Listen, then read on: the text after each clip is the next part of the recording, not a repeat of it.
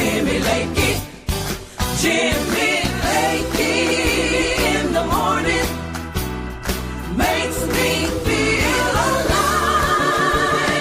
Woke me up this morning, now I'm up and on my way.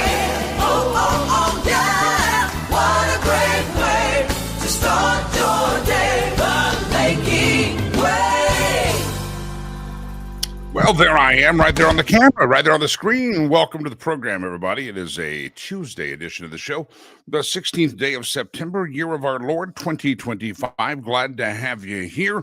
If you're tuning in on all the podcast platforms, a lot of you getting those little pop-ups of Lakey's Live, and people are gathering. One come all. Glad to have you here. And whether you're watching dutifully in front of your computer, whether you're just kind of listening on the earbuds, either way, we're glad to have you here on the program. The 16th day of September, year of our Lord, 2025. How is it September's almost over with? Didn't we just start this thing? This year has been a blur for me. Does anybody else have that feeling of all the things that were on your bingo card?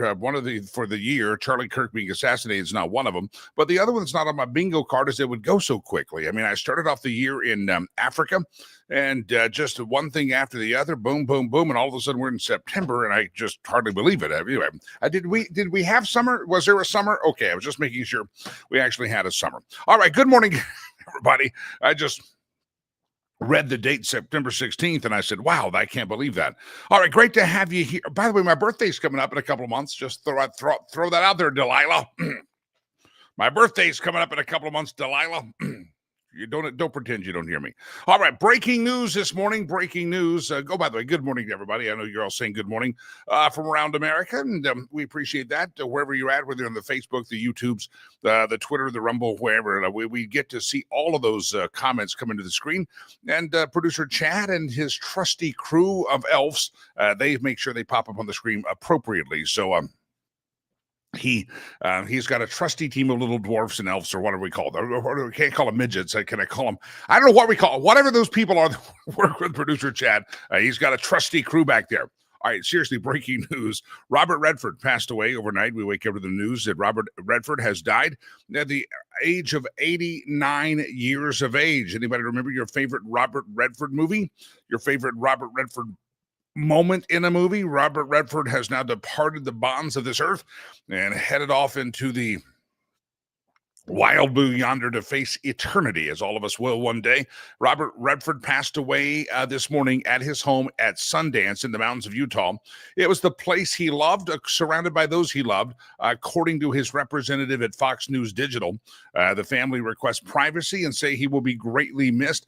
The Hollywood icon, if you recall, was known for classics like Butch Cassidy and the Sundance Kid and The Sting.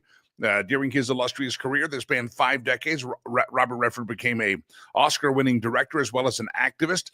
Often after skyrocketing to fame in the 1960s, he dominated the 70s box office with back-to-back hits like The Candidate, The Way We Were, and All the President's Men.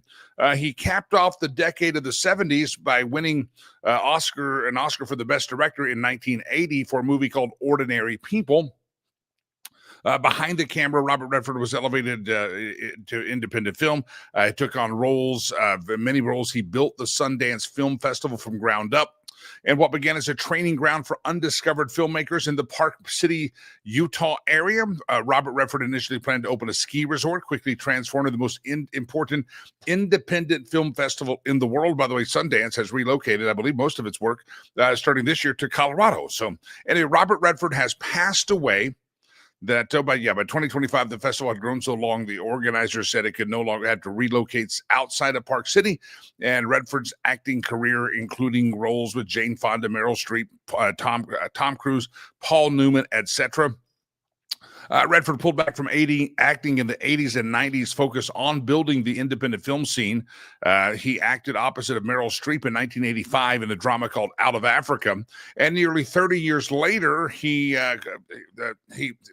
stunned critics in a survival film called All Is Lost. That was in 2013. Robert Redford, if you didn't know, was married twice, mostly to Sybil Sagers, and he has 4 children, 2 of whom have died. Scott Anthony died in infancy in 1959. James Redford, an activist, just died in 2020. So breaking news this morning, Robert Redford has passed away. The famed actor, esteemed actor, is dead at the age of 89. All right, a couple of things. We got a lot of great guests coming up on the program today as we get started. Interesting that Dan Bongino did an interview with Newsmax and says they are greatly looking into the shooter of Charlie Kirk being part of a greater conspiracy. It's going to be very interesting to see what they mean by a greater conspiracy. There's a lot of folks with a lot of questions and say, how did this kid do it? How did he pull it off? Did anybody know? Did his friends know? Evidently, he was on his phone in a Discord chat, which Discord is an app, and it's supposedly encrypted and secret, etc. So he was chatting in there and talking about gun drop-offs. Evidently, there were several in the chat room that knew that he had done it. There's a lot. Is that the part of the conspiracy they're talking about, or was there's something else more nefarious than even that involved? That will be very, very interesting. Now, there have been in shootings like this conspiracy charges filed in the Boston bombing. After those the brothers were arrested, the Charnock brothers were arrested. The district attorney, the prosecutors went after his friends that had aided and abetted and perhaps knew that it was happening and or could have prevented it. And so that was part of the greater conspiracy. So a greater conspiracy does not mean that there's some global cabal that this shooter of Charlie Kirk was involved in, but a wider conspiracy could just mean his friends, his girlfriends, his boyfriends, all that. So we will see, but I think there's a lot of questions about this, and we're being fed the narrative. And yesterday, if you go back and watch the show yesterday with Michael Letts, there's some questions that don't fit in the narrative. But I talked to Michael Letts yesterday afternoon off the air. We were having a conversation on the phone, and Letts and I are not going to let this thing go away. And because there are some questions that do need to be answered. We're going to give it time, but there are some questions that need to be answered, including what does this wider net of conspiracy look like? Who is it that might be involved in the wider net of conspiracy? So everybody stay tuned on that. Dan Bongino has said that they are looking at a much wider conspiracy. Also, right now, while we're sitting here and you're listening to me and I'm talking to you, Kash Patel is sitting in the hallowed halls of Congress being drilled by a bunch of do-good congressmen who pretend that they know all things about all things and usually make an ass of themselves and usually just trying to raise money while they question people. But Kash Patel is up on Capitol Hill, and he just went through some details about the leads that they received in the shooting of Charlie Kirk. And he's testifying today in a hearing, and it could probably, I would guess, get very heated, especially for the deep staters out there. The deep state Republican and Democrats are on both sides. They don't like change. They don't like reform. They don't like their apple cart being upsetted. They don't like their lies being detailed and exposed. That's why even Republicans were vitriolic on occasion with Robert F. Kennedy Jr. because, again, most of them are a lot of them drink from the same stream. A lot of them drink from the same pond. A lot of them are at the same feeding trough. They just wear different colors on the field. But a lot of them are bought and paid for by Big Pharma, and a lot of people are bought and paid for by a lot of things, and they'll go after Kash Patel. We'll see how it goes up. If anything happens exciting, we shall see that. Anybody watch the Charlie Kirk show? I think a lot of folks watch it on Rumble. It's the Charlie Kirk podcast. I believe it's a daily podcast. I'll have to be honest. I have never heard it, never listened to it, never watched it. I don't even know how it's distributed. But yesterday, J.D. Vance did that thing, and good for him. And I was thinking as they were going through the numbers yesterday of some of the great things that have happened as just people are reacting to Charlie Kirk's assassination, that you heard at first it was 12,000, then it was 15,000. It's like 30,000. The numbers of people, high school and college kids, requesting to start chapters of Turning Point USA it's like doubled since we talked about it yesterday. It is phenomenal to see what happened. I talked to another friend, I heard from another friend, exchanging emails and I guess this is a deal, especially among the high schools. A lot of the high school kids that have a chapter are dressing up in suits to show respect, and they're walking out of class and are just attending class in suits going, we want to be like Charlie. So anyway, We shall see. It's going to be the greater conspiracy research, but it is good to see that people are reacting in a positive way. And that's the difference between us and them. That's the difference between the American left and us. One of their heroes, George Floyd, or somebody they think is, I guess, a role model or something, they decided to go riot and burn down cities. Hundreds of people injured, people killed during those riots. The media doesn't report about that. But our vice president goes on, hosts peacefully the Charlie Kirk show. Remember, at the time of the George Floyd riots, you had Kamala Harris saying, we should not stop. They should not even stop protesting after the election. Our vice president, after the assassination of a very influential figure on our side of the aisle, our vice president goes on there, talks about calm, cool collectivity, being collectively calm, and he offers prayer. We're not the same, my friends. I don't care what they try to tell you. We are not the same. I was going through the chat room yesterday. I want to get to my first guest here in the morning. I was going through the chat room, and there's some guy that posted up, and I don't remember the name. Says he knew me from a long time ago. Anyway, that's fine. But I noticed that he said, you're a bigot. You're not the person I thought, and I'm a bigot. And I was thinking, I said, what did I say bigoted on the program? Again, you can disagree politically, but again, this is the shallowness, the intellectually bankrupts that people have been told is a debate, that if they disagree with you, all they have to do is say, you're a bigot. And I mean, I think of all the things we said yesterday, I don't think there was any bigotry on the program. There might have been some conservatism, but it wasn't bigoted. So anyway, it was right on display right in front of our noses yesterday. And I didn't even realize it until after the program. When everybody leaves, I read the transcript sometimes to see what I might have been missing, because I don't see everything that goes up on the screen. Even when it pops up on the screen or in our form we have on another screen over here, window over here, I don't see them all. So anyway, that's very interesting that they continue to do the same thing. If they disagree with you, they demonize you. And that's the propaganda machine. And that's how they stir some psychologically bankrupt or warped kid into assassinating people, because they've taught him and they teach the other side to just dehumanize people and don't see the value of life, whether you're a newborn in the womb or whether you're a talk show host or a podcaster. If they can dehumanize you, they can devalue your life and they can take it. The value of life for us and them is very, very different. Tell me I'm wrong. I'm not. All right, it's Tuesday, the 16th day of September. I'm excited for my first guest. When I got the pitch for this, I thought this is going to be fantastic. There's a new book out, and I'll just kind of set up the book. It's called Gabriel Locke, Bound by Law. I will let my guest explain what the book is about, but my guest is Humberto Cancillo. He is a Cuban immigrant who fled communism, and I want him to jump in here, Humberto, to jump in here and talk about where our country's at, where our country's heading, and what it's like to see the country that him and his family fled many years ago starting to embrace some of the things that they were running away from. Here we go. It's Mr. I got to get the name right here. It's him or his son. It's Humberto. Humberto was born in Cuba in 1953, but migrated and immigrated to America at the age of 6, spent time in Spain, has practiced law for many years, and Humberto is right now on the studio. Humberto, welcome in, sir.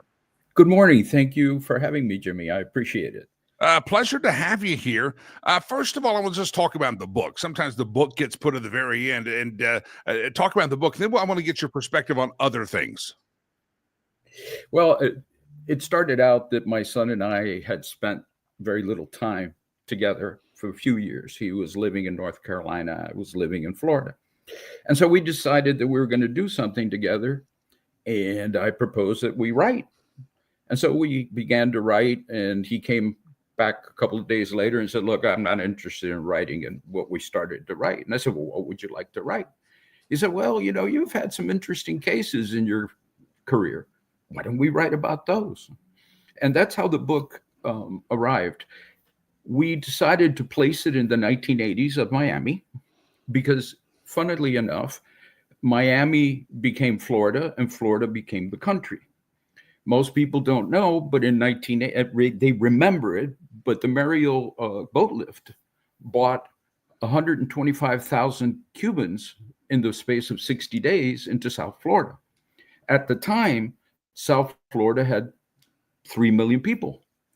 And so it turns out that percentage is about 15 million to 350. And South Florida absorbed all of that. Not only did it absorb that, but there were 4 civil wars going on against communism in Central America, and we had those folks coming over. And so the book takes place in that very interesting era, not to mention the drugs and the violence that was in Miami at the time. And so we decided to place it in that era. And what we wanted to do was to get away from all the Hollywood tropes. All lawyers in Hollywood are either drunks or womanizers, use drugs, or are shady. So we figured that, hey, it would be nice to have a nice Catholic boy, be a lawyer, be a family man, be a guy of faith, and place him and let people realize that this legal system has a lot of drama to it, that there are things that are not murder or rape and are very, very critical to people's lives. For instance, a divorce, someone losing their mind, mental health issues, a guy losing his business. All of these are very important. And so we decided that we were going to have a young man who's the son of the owner of the law firm through his first year of law. Okay.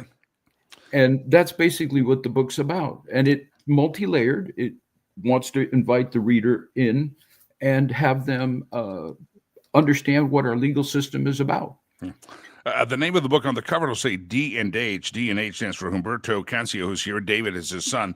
It's called Gabriel Locke. We'll tell you more about it, Bound by Law. I'm fascinated by the story of, you mentioned the boat lift. You had your own boat lift back in 1959 or so. You and your family came from Cuba. Talk about, obviously, you were just a young boy. You were 6. But talk about what you escaped in Cuba and what you remember and what you were told that you don't remember that your parents told you escaped. Yeah, well, we did. My dad was a career military officer. He, as a matter of fact, studied at the Naval War College in Rhode Island. He came for what would you call a year abroad. They have a course for all allies. At the time, Cuba was an ally, so he got sent. And he studied for his thesis. He did a thesis on modes and methods of communist penetration. And as he did his thesis, he realized that Castro was a communist. So as he's serving at the OAS the next year as a military attaché, he did some things to try to prevent Castro taking power. And on December 26, he gets called back to Havana. 5 days later, Batista leaves the country, and he leaves the country in Castro's hands. Immediately, my father was arrested, and he was subsequently tried for treason. By a miracle of God, he survived. He was one of the few that survived the kangaroo courts. There were the prosecutor asked the court for death by firing squad if guilty and 10 years if innocent, which gives you an idea of where justice was at the time. I want to put everything in context so that everything that I explained makes sense. In 1958, Cuba was on the verge of becoming a developed nation. It was one of the most successful countries in transitioning from a one-crop economy to a multiple economy. Cuba's land is 95% fertile. It has all kinds of mineral resources, skilled labor, and beautiful beaches.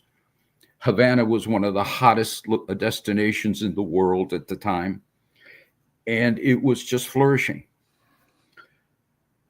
Very similar to what's going on in New York. It was the middle class that put Fidel up in power. And in New York, I see that repeating because it's the middle class white kids that are voting for him. In Cuba, the poor people didn't want him at all. The lower classes in New York are not voting for Mandami. So there's so many parallels. So Castro walks into Havana, and his militia have guns in one hand and rosaries around their neck. Talk about trying to camouflage who you really are. Yeah. He took about a year to declare that he was a communist, of course, but he did eliminate the armed forces immediately. I had a nanny when I was small, very nice lady, and she had all her family were generational soldiers in the army, not officers, just soldiers, and there was one or two sergeants. In the first 4 months of the revolution, 5 were shot by firing squad. Oh. So it was an elimination of everything that existed, an elimination of the police. It was substituted by the secret police. The army was substituted by the militia. And we were well on our way. If you'd like, we can go through some of the things that they did that are so, funnily enough, paralleled by Mr. Mandami and his things that he says, because the communist playbook doesn't change. It's the same. Yeah. They're very good at pointing out what's wrong. They're terrible at solving it. Yeah, but they're wonderful at pointing out what's wrong. We've got about 5 minutes left together or less, but so let's move quickly. Humberto Castillo is my guest. The name of the book, Gabriel Locke, Bound by Law. Great effort by him and his son for a great read. You can pick that up. But Humberto's talking about when he fled Cuba with his family in about 1959. He was born in Cuba in 1953. Castro takes over. His family shows up here. I want to talk about your arrival in America and overall parallels, which we're kind of heading on. But I'm hearing you talk about the killing of his enemies, and I'm thinking of the American left here. Evidently, still seems that killing their enemies is an option, the same way the communists did. They tried to take President Trump out twice. You have this crazed person, maybe a grand conspiracy in Utah, taking out Charlie Kirk, who's really the foremost voice for free speech in America, and says, hey, I want to hear your side, you hear mine. That's a dialogue. He got killed for it.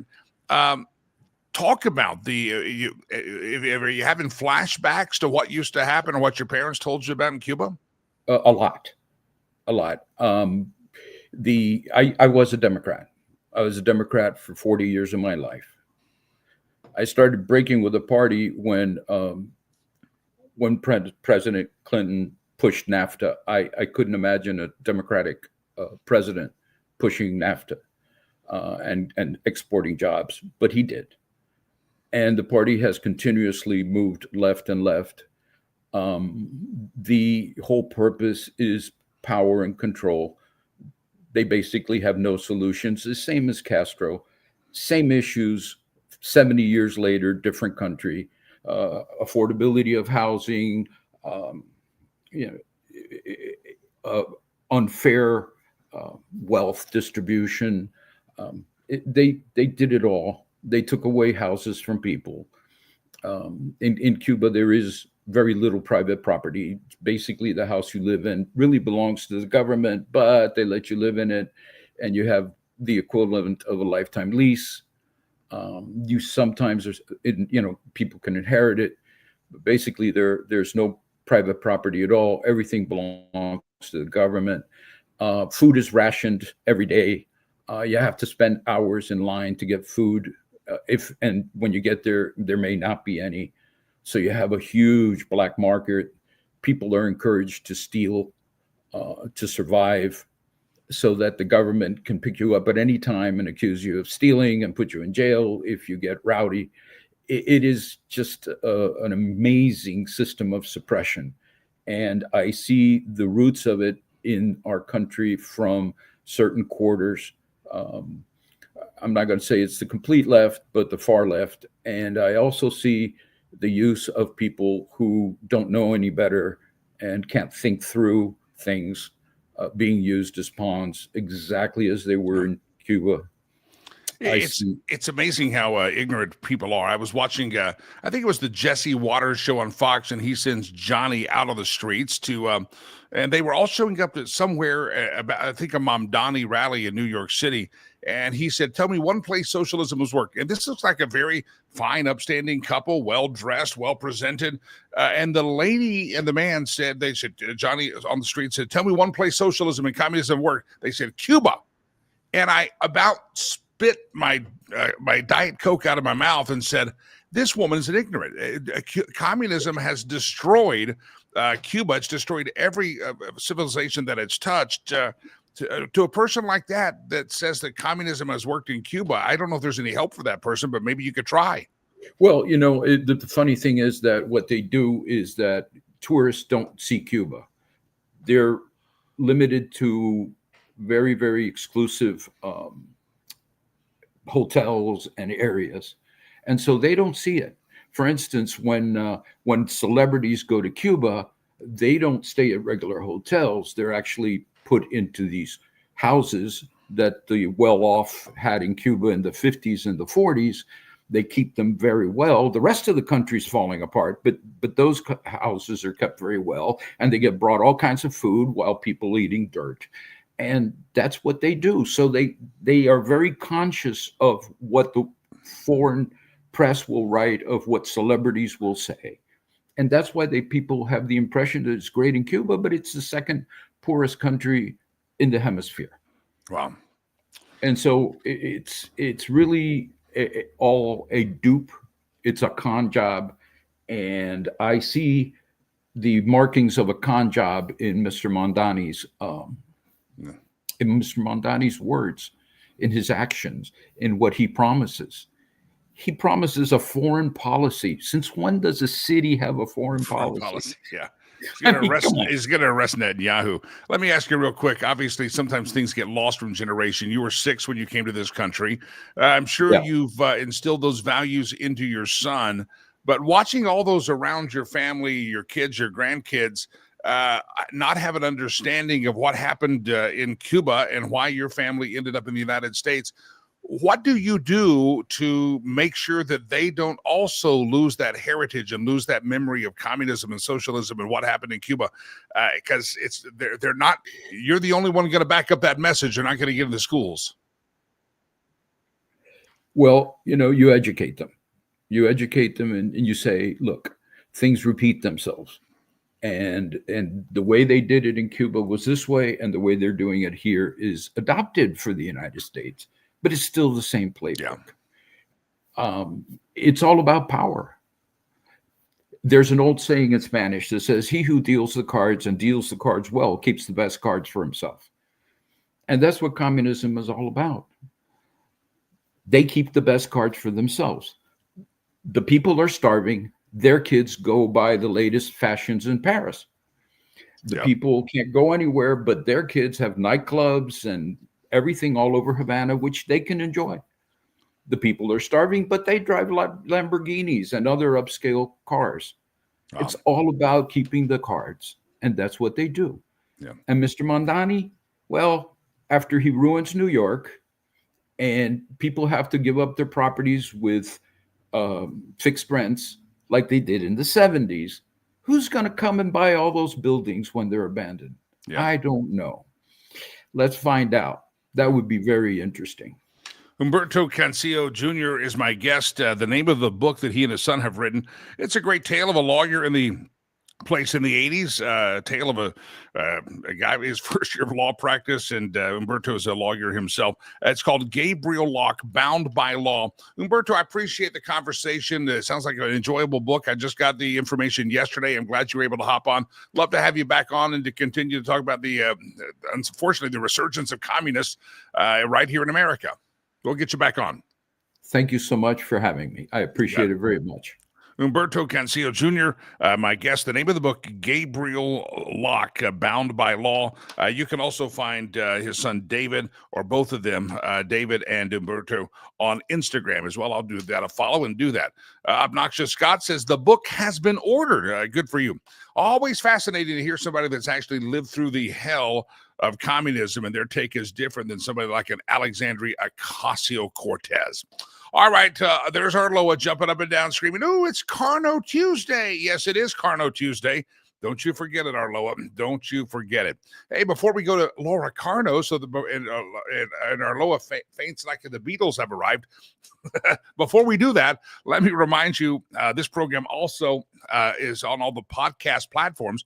As soon as this program is over today, it will magically, producer Chad and his elves that work with him in the workshop, the elf thing, I don't know where that came from. They're going to load it up onto the internet, and it will be on all your favorite podcast platforms. That way, by the end of the day, some of you get the joy of watching it live. Some of you are listening now. I know you're not watching it, but you also can then listen to the audio only portion on all the podcast platforms. So Spotify, iHeart, do us a favor, even if you don't, maybe this is your main way to watch it here, but make sure you like it, make sure you subscribe, whatever your platform allows you to do, because what that does is that freaks out the algorithms, and the algorithms work really well in our favor if the more people are liking it and downloading it and things like that. So anytime you can give something on Facebook that you like a like, give it a share, or if it's on the podcast platforms, give us a like and a download, whatever it works for you. That changes the algorithms, and that gets us more exposure. Every show, thousands of earballs, I won't say eyeballs because a lot of them are earballs, hear this show and participate with us, and it's always a pleasure to have you. All right, good to have you here. Laura Carno joins me. That's right. Laura, somebody catch Arloa. She's about to pass out over there. She might have hyperventilated. Laura, good morning. How are you? Hi, I'm good. Arloa should be my agent or my publicist or something. Gosh, she's going to raise your price, isn't she? Going to raise your price. I reject that decision, Your Honor. I object. I object. Laura Carno, it's been a long week since we talked last. The assassination of Charlie Kirk and just crazy wackiness in America. But before we get to some of that conversation, I want to talk about the shooting in Evergreen, Colorado. A lot of folks listening to the show are from Colorado and other people around America. So what happened in Evergreen, Colorado? It's as you head out of the Denver metro area, you head up towards the famed Red Rocks Amphitheater area, you head up the I-70 or the Highway 285, I believe it is. You pass this beautiful enclave just literally out as you head up the mountain called Evergreen, and it's a beautiful area, a lovely area. Kids showed up last week, the same day that Charlie Kirk was killed by an assassin, showed up, shot two people, and killed himself in Evergreen. And I'll let you take it from there. Why were the kids in Evergreen not safe? Yeah, and it was really interesting, Jimmy, because it happened within the same hour as Charlie Kirk's assassination.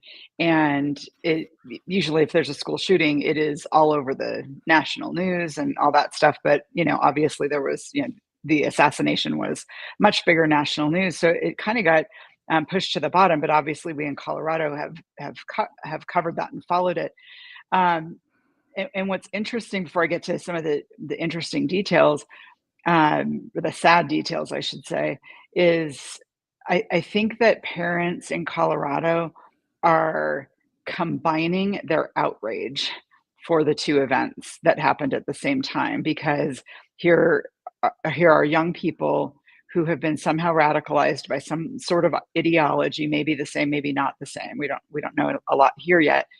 Who are killing people, and then there's this, this assassination culture that a whole bunch of people on the left, huge percentages, think that it's okay to assassinate your political enemies, and all kinds of crazy stuff going on. So we have been swamped. You get me in baseball cap today because I've been getting up by 3:00 every day since then, because there's so much that I need to get done, because so many people in Colorado, parents mostly, by the way, this is interesting, far more parents than schools are calling me, saying, this is ridiculous, I'm done, what do we do in my school district? So I think, again, this is the combined outrage of everything that's going on. But for those who didn't follow the case, Evergreen, as you said, it's pretty rural up in the mountains. They have a school resource officer. Their school resource officer was on medical leave. So they got, as a replacement, a shared school resource officer. This means somebody that goes to the high school, then maybe they spend part of the day at the middle school and go to the elementary school and stop by. That is the most common way for school districts to use school resource officers, is to have them shared. They're expensive, they're a cop. So, you can't afford to have one in every classroom, for example. So that is very common. The shared school resource officer was at Evergreen High School, left at 10:30 to go attend to a traffic accident nearby. That happens. This is no fault of the school resource officers. They are members of law enforcement. They can get pulled away sometimes. And so that person went and attended to the traffic accident. 2 hours later, the shooting happened. The timelines are, there's different reports on timelines on how long it took from the shooting to 911 calls to be made, how long it took from 911 to law enforcement to get there. I saw something. I don't know if you know Lindsay Datko with Jeffco Kids First. She started out doing like, hey, let's have curriculum that suits the children and stuff, and ended up uncovering all kinds of stuff in Jeffco. But on one of her posts this morning, there were lots of Evergreen parents weighing in, and they said that a conifer school resource officer from 10 miles away was the first one there.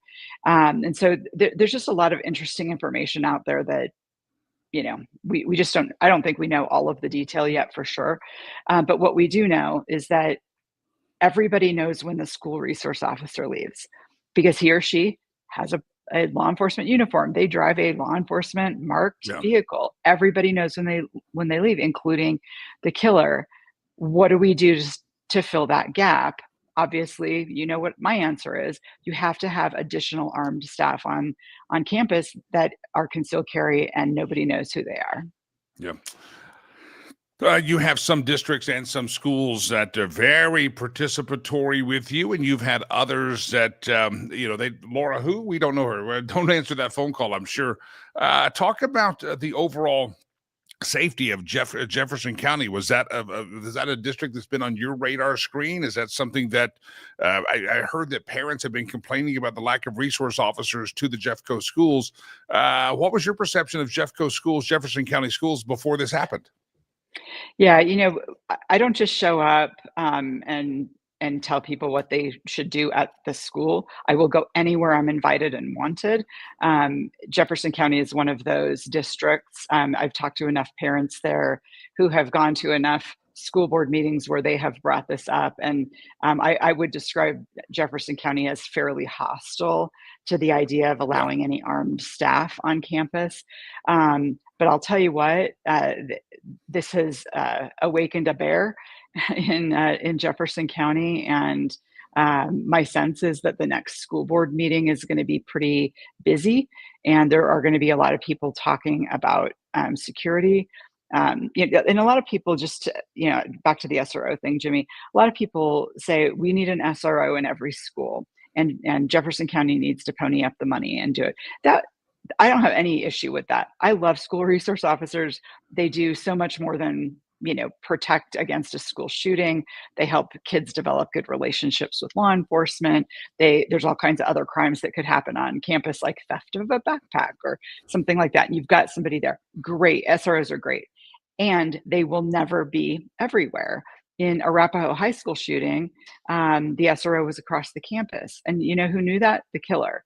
He didn't start his killing in front of the SRO. So they are great. And I wish every school had one. It's expensive. But even if every school had one, it's not 100%. And I think when it comes to the lives of our kids, it should be 100%. But think about this in Jeffco, Jimmy. This is their third one. Columbine is in Jeffco. Platte Canyon is in Jeffco. And now Evergreen High School is in Jeffco. Yeah, it's what are you doing? I was thinking the same thing. I forgot about the Platte Canyon, but I remember Columbine High School. The nation knows Columbine. That's in Jefferson County schools. So after a shooting like that happens, Columbine was one of those examples back in 1999 when that happened, a long time ago. But everybody said, never forget, never forget. We'll never let this happen again. And yet, boom, hello, Jefferson County. It's happened again, and it's happened again. And what the hell are you jackwagons doing to stop it from happening again? Right. And the PIO from Jefferson County Sheriff's Office, it was, I watch all this stuff and dissect the words. She was very careful to make sure that it was clear that no deputy and no SRO violated any policies and did anything wrong. I agree with her. Based on what I am seeing, they are doing the things that they do. And to be very clear, I am not blaming, and nobody I know is blaming school resource officers for not doing everything they can. They simply aren't there all the time. Yeah. There's not enough of them, and even when they have to go to lunch. They need to use the restroom. All that stuff. If you want to ironclad protect your children, you've got to have those backup armed resources that the killer doesn't know who they are. Otherwise, it just defeats that whole purpose. Yeah. It's frustrating. I'm sitting here thinking in my head, I got to do some research, but I'm guessing there's no other school district in America that has had 3 mass shootings in their district, I would guess. And that would make Jefferson County Schools in Colorado the most dangerous school district in America.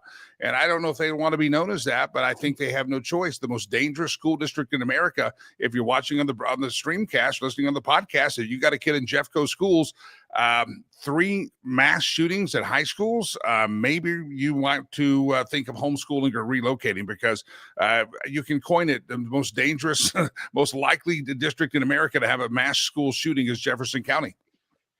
Yeah, and if you're a parent in Jeffco and you want to talk about what's going on and how you can help get better coverage of armed security through a program like FASTER, which helps to equip armed school staff who get approved, reach out to me through our website, fastercolorado.org, and I'd be happy to talk you through what I know and see if I can get you in the right direction. It's a very parent-driven policy, Jimmy. Jeffco's not going to listen to me on any of this. They work for the parents. They should be working for the parents. And parents are the ones that need to lead the charge on this. If you're listening to the audio portion of the show, the podcast, that's Laura Carno. FasterColorado.org is the website that she's referring to, FasterColorado.org, FasterColorado.org. Make sure you check it out, and you can find out exactly how you can participate in helping keep these schools safe and train people that want to learn how to keep these schools safe. FasterColorado.org. Laura, I can't play it here on the show because of the technology, and I didn't figure out how to get it loaded from the YouTube. But you did a video just 2 days before the shooting that you put out on YouTube. I'll let you kind of talk about that. Yeah, and folks can find that on my personal Facebook and Twitter, and Faster Colorado's Facebook and Twitter. The shooting was Wednesday. On Monday, just 2 days before, John Caldera from Independence Institute and I recorded a video. He has a TV show called The Devil's Advocate, and we talked about all of this stuff. Because school shootings have been happening forever, and we've been doing FASTER work, for going on 10 years. And as I, kind of re-scanned through that interview after the shooting, it's all still true. All of it is still true. And I've actually sent that to a number of parents that I've talked to, who are like wondering what are some of the statistics, and what is like kind of the current way to talk about this. Back in the day, you would hear people say, well, you can't deprive teachers of their Second Amendment rights to carry on campus. Nobody talks like that anymore. We have to save children. And so I've been sending that out, and it seems like it's getting a click or two. But folks can find that, as I said, on all my socials and Faster Colorado as well. All right, Laura, let's go back to the Charlie Kirk shooting that has got a lot more attention to the Evergreen High School, and I'm glad you're bringing attention to the Evergreen High School shooting just down the street from many of us that are in the state of Colorado. But now we're going to the aftermath of this shooting, trying to figure out what happened. We hear that there's investigation into a wider conspiracy. Some people think this guy's just a patsy. Maybe he's a patsy that was indoctrinated into hatred. Maybe there's a lot of folks out there that have a lot of grassy knoll theories, some based in real questions, some based in just silliness. But now the aftermath is we hear the administration, Pam Bondi, I think J.D. Vance references, that if you're going to stir people up into a frenzy and this hateful speech, that we got to start cracking down on hate speech. We got to make sure that what people say is not of such nastiness that somebody may be prone to violence. And I know you probably disagree with that, because be very careful when you start down the slippery slope. Yeah, exactly. So if you are somebody who is listening to Pam Bondi and you love the Trump administration, everything they do, and you're saying, yeah, we need to crack down on hate speech because people are saying Charlie Kirk deserved it. Um, I think that speech is horrifying. I think it's disgusting and vile. And if I found out that an employee of a store I frequent had said that on their social media, I would say I'm not going to spend my money at that store. I can make those decisions. But consider if this was the Biden administration and Biden's AG was saying we have to crack down on hate speech. Maybe call parents going to school board meetings domestic terrorists, something like that. We would be horrified. So I think it is always good to come right back to the principle. There can be vile, disgusting, horrifying, unpleasant speech, whatever adjective you want to put in there.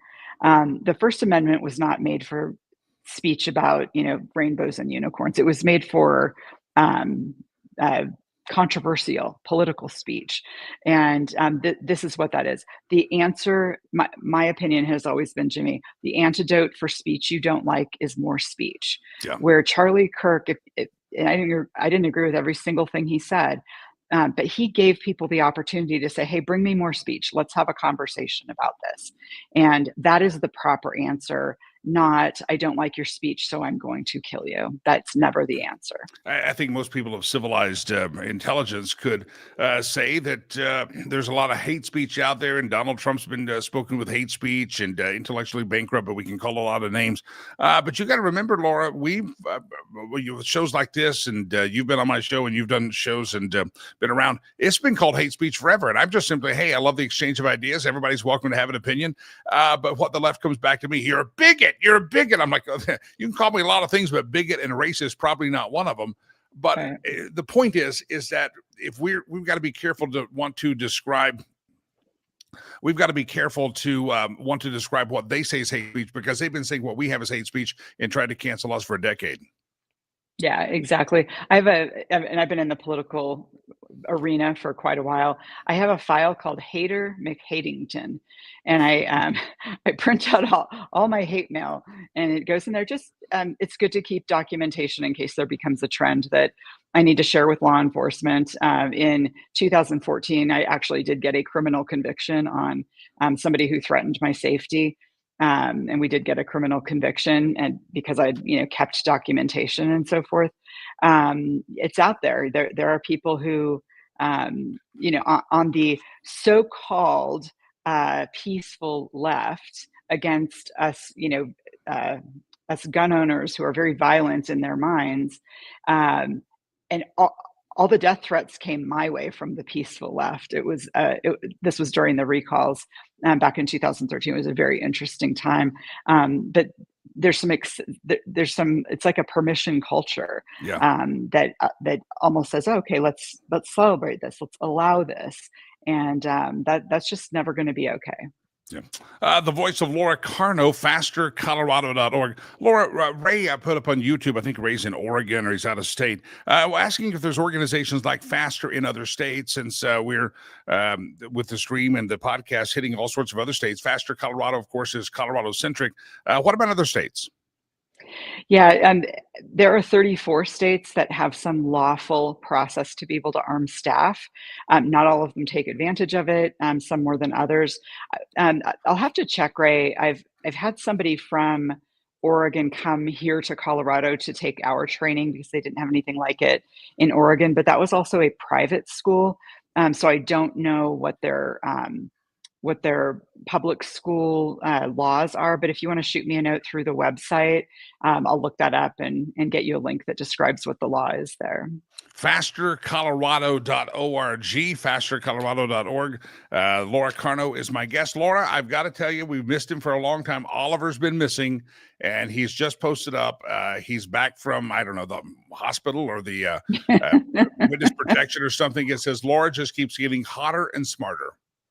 You know why I think he's saying that is I am wearing my Vitalant shirt because I am a regular blood donor, and I think that regular blood donation is hot and smart, and everybody should donate blood who can. You're welcome. Wow. Nothing to say to Oliver? Nothing for Oliver, huh? I'm just agreeing with Oliver and Yeah. providing some perspective. Perspective. And when you give blood and when your blood gets used by somebody in a hospital, you get a text that says, "Congratulations, your blood is on the way to help somebody." All You don't right. care, Jimmy, do you? That's great. I can't believe you don't even care about saving babies and cancer patients. I cared about Oliver's love and admiration for you is what I cared for. Okay, Oliver. Oliver, you're sweet and kind. Thank you Oh, very now much. you for your don't mean it. compliment. It's forced, Oliver. She does not mean a word of that. She wants you to go drain your blood like a vampire and give it to somebody else. That's what she wants you to do. I All right. do. Yeah. That's why you're hot and smart. See, it's a full circle. FasterColorado.org. FasterColorado.org. I appreciate you hopping on the program, Ms. Carno, Laura Carno. FasterColorado.org. How did she spin that into a blood donation PSA? I don't know how that happens. All of a sudden, we're talking about donating blood. I'm like, did I miss something? Is my coffee spiked? I don't know what's going on. All right, glad to have you here. Let me zip through a couple of quick stories. Again, breaking news this morning on the 16th day of September is that Robert Redford has passed away.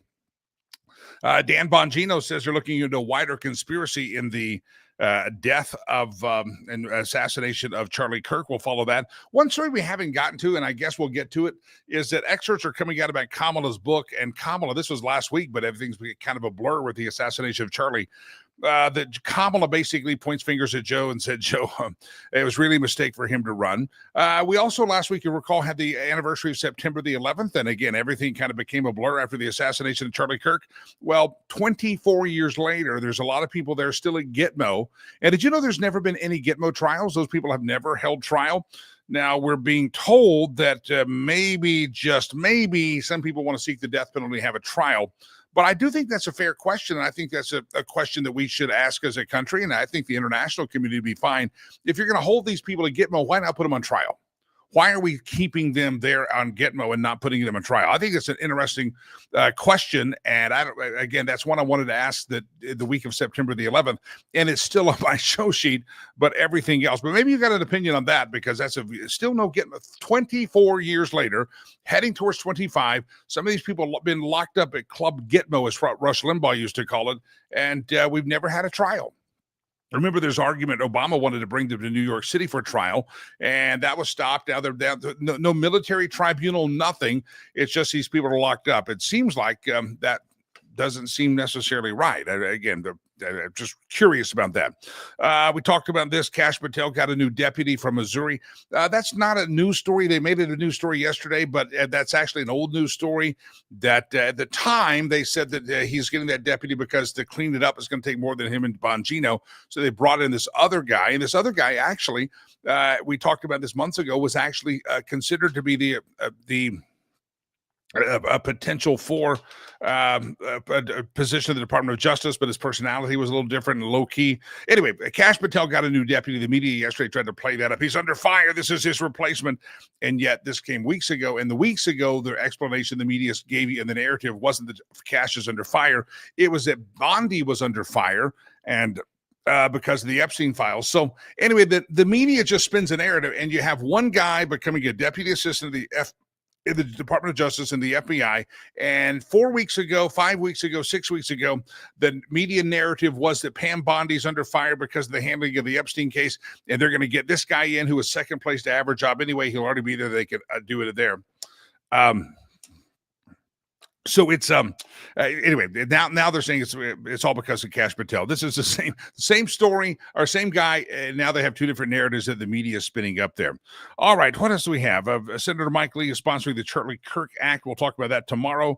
And boy, there's so many things that have just been blown off the news story cycle with the assassination of Charlie Kirk. And not that's very important, but still some issues I think that are out there. For instance, anybody remember Irina Zarutska, the Ukrainian immigrant killed on the rail system there in the Carolinas? Remember that? Well, did you know she was released? The killer there should have been in jail. And we talked about all those mug shots. Remember those? That seems like an eternity ago. Well, the magistrate judge there was Teresa Stokes. And did you know in that state, you can be a judge and not be a lawyer? And this person who's deciding life and death, deciding whether a killer gets on the streets, was not a lawyer, had no law degree, had just been elected as appointed as a magistrate judge. And I think that's very interesting. Do you know how your judicial system works in your state? And do you have people that have no legal training or no legal boundaries or no legal understanding actually making decisions? And some of those decisions end up with the death of people like Irina Zarutska. So these are all stories that have been on my sheet for a long time, and they're right here, and everything's just kind of been pushed away, which is fine, to honor Charlie Kirk. I want to remind you about Sherry Cree, homeswithsherry.com, homeswithsherry.com. If you could, reach out to her. You've been thinking about selling, buying a home, whatever the case may be. Maybe you're not, well, Jimmy, I'm not going to do this till next year. It's okay. You need to have a strategy in place. And that strategy is not going to be, okay, we're ready to sell, because then you're just trying to tell the real estate agent to put the sign in the yard. And your real estate agent, like Sherry, is going to have some ideas, some thoughts, some input, some advice maybe to give you. And it's not just, don't wait until you're like absolutely ready to go. Start planning ahead. Maybe it's 2 months, 4 months, maybe a January, February. I've heard it said before that if you're going to get your home listed for that spring window, you better be on the market right after the Super Bowl. Well, the NFL season is underway, and there's some projects you may need to be doing. Have a strategy session with Sherry. Not one size fits all, and there's different ways to approach it, from buying and selling and pricing, and what's the interest rate going to do when the announcements are made this week. So a lot of moving parts here, and you need somebody that can help you with all those moving parts. And I recommend Sherry Cree. Her website is homeswithsherry.com. And if you're in Colorado, the I-25 corridor in Colorado, feel free to reach out to her. Let's say Boulder, Broomfield, Denver, Park Meadows area, Littleton, Highlands Ranch, Parker, Aurora, Fort Collins, Greeley, that I-25 corridor. You're welcome to get in touch with Sherry Cree. And by the way, if there's an area that she says, you know what, I'm not that familiar with that area, but I know someone who's a master of that area, she has a free referral service for you. So whatever the case may be, let her talk with you. And again, it's all about strategy. And I've never met anybody that's more aligned and networked than Sherry. And it's really fantastic. She'll call it ninja skills, just how connected and fast she can move things around. So reach out to her, homeswithsherry.com, homeswithsherry.com. And don't forget, a portion of her proceeds will be given off a commission, will be given to a charity of your choice. And if you're a first responder, a veteran in the military, she will discount her commission as well to make it more affordable for you. Homeswithsherry.com, Sherry Cree, homeswithsherry.com. Be sure to tell her that Jaime Lagos or Jimmy Lakey is talking about her, and make sure you mention my name. Reach out to her. Again, if it's next year you're looking to move or buy or sell, still today's a great day to get that, at least the cogs in the wheel moving in your head to find out exactly how it's going to be the best experience possible. Homeswithsherry.com. And again, homeswithsherry.com. Ladies and gentlemen, it's been a fast one today. I appreciate all of you being a part of it. Don't forget to go to the podcast platforms, like and share this program. We appreciate it when you do that. We also appreciate it when you give to our charity work in Africa, riverspromise.org. riverspromise.org. $10 buys a kid a school uniform. Got to buy some more school uniforms because these kids wear their school uniforms out. There's a lot of kids in our school that are not sponsored, therefore they don't have a uniform if we don't provide extras. So make a donation today. I know today some of you get paid on the 15th. Maybe you got paid today or yesterday. You got a couple of bucks. We'd love to hear from you on that. It's always a fantastic opportunity. Next couple of weeks, I'm going to be talking about a big need that we have, is that we at a remote school in the remote areas that we're in, obviously the curriculum, we teach computers. Well, a lot of these kids have never seen a computer.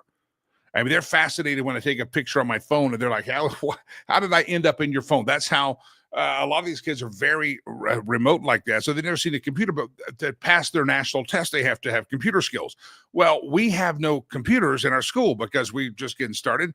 And now that we've added a 5th grade class this year, every year we add a classroom, we have to have computers. And so my field director, Jonas, has a computer for his job that we provide him. And he's left that one computer at the school, and all the kids are learning on one computer. and they have to take turns on it. And a lot of them have never seen a computer. And my guy Jonas is without a computer right now. He does have a smartphone that's not real smart. It's old, and so he's been tough to track down. And they still have, sometimes you can go to computer cafes. They still have those. So anyway, we're going to be talking about computer needs and building out that computer lab. And I asked Jonas and Willie, my team, I said, what do we need? How many computers? I'm thinking there are 50. Jimmy, if we just had 3 computers, that'd be fantastic. I'm a 3. Yeah, we're doing with 1 right now. We got a couple of hundred kids. The older kids learn the computers most, and we have 1 computer, and it's a laptop that we bought for my field director Jonas years ago. So anyway, I'll be talking to you about that. But anything you give to Rivers Promise, it's really truly lands out on the streets, if you will, and makes an impact immediately. So we appreciate you doing that. I'll be wiring some money here probably today or tomorrow over there. So you want to participate in that? RiversPromise.org. Make a donation. As little $10 buys a uniform, and I'll get the price of those computers here real soon. And we got to do that. RiversPromise.org. RiversPromise.org. Can you imagine 240 kids and 1 computer? It's unbelievable. All right, ladies and gentlemen, time for meme roulette. I'm going to grab this little globe that I have, and here's how we play the game. We do it like this: round and round the globe we go, where we steal the memes from no one knows. There's Elon Musk. They don't ban hate speech. They ban speech they hate. That's true. That's true, Elon, brother Elon. Round and round the globe we go, where we steal the memes from no one knows. That was always a fun one. If you believe people deserve to be shot for their opinions, don't cry when you get fired for yours. Now, that's a great point.